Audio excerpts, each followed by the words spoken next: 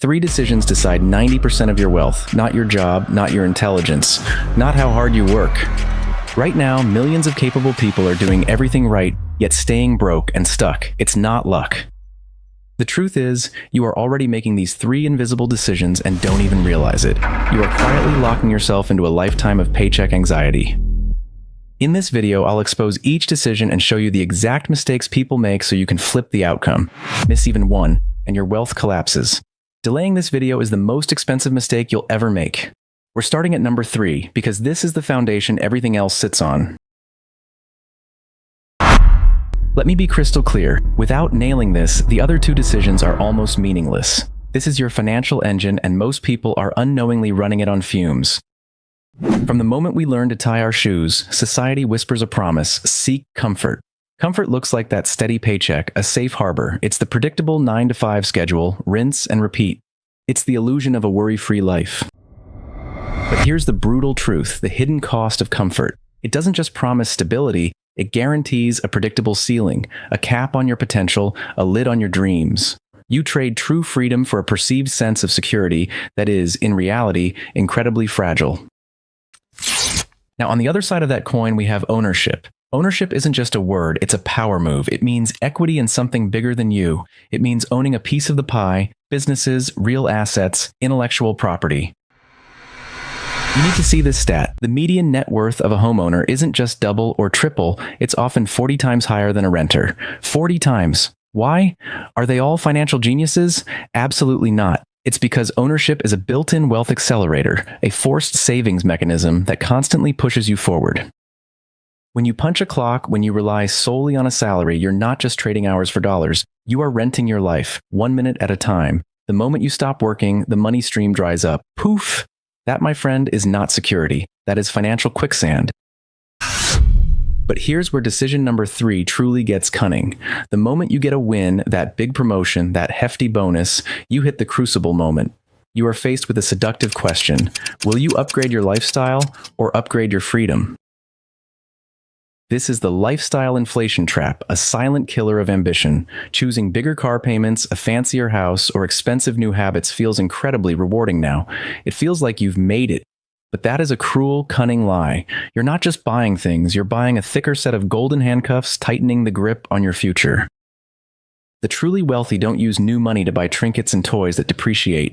They use new money to acquire machines that print more money. They plow it into stocks, income-generating real estate, or equity in promising businesses.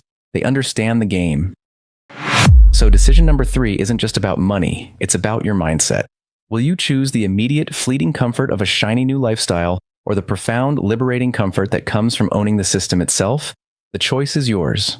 But wait, you can own all the assets in the world and still lose if you don't get the next decision right. For that reason, it is called the lizard brain test. If you are enjoying this type of content, please like and subscribe to this channel. You've built your ownership foundation. You're stacking assets. You've even got the nerves to weather the small bumps. But what about the earthquake? This decision doesn't happen every day. It happens rarely, maybe once every 5 or 10 years. But how you answer this single question determines if you retire at 40 or work until you're 80.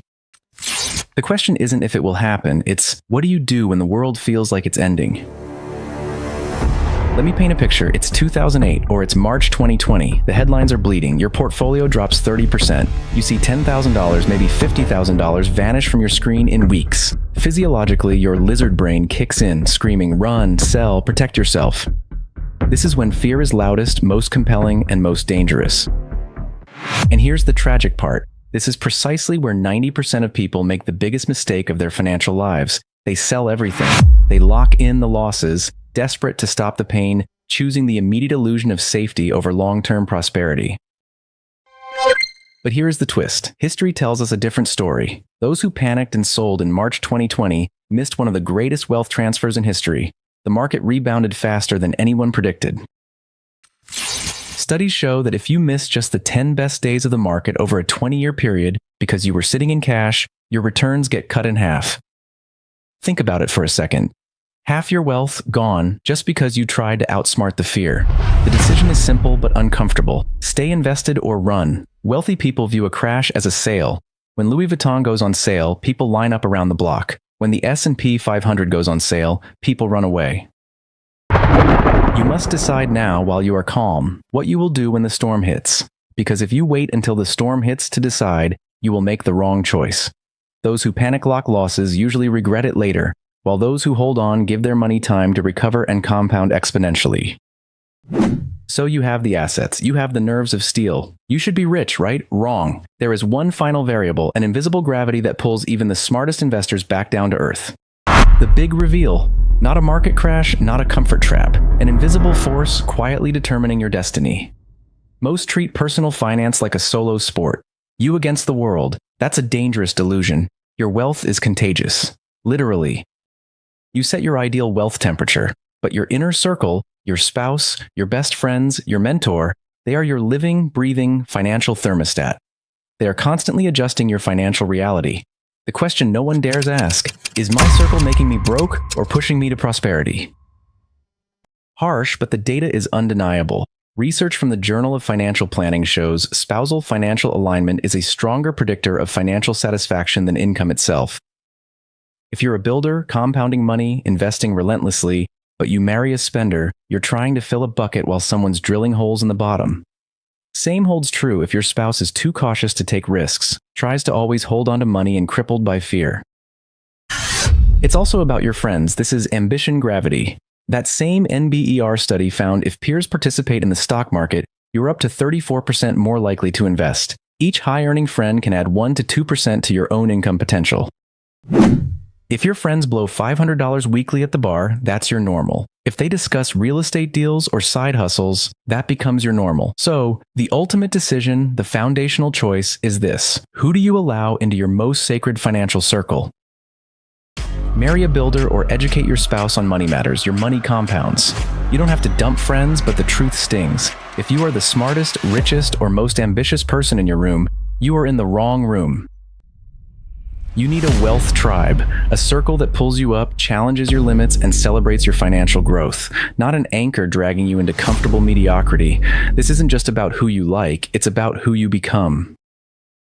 You've just seen the 3 biggest decisions that control 90% of your wealth, but don't be fooled, that's just the tip of the iceberg.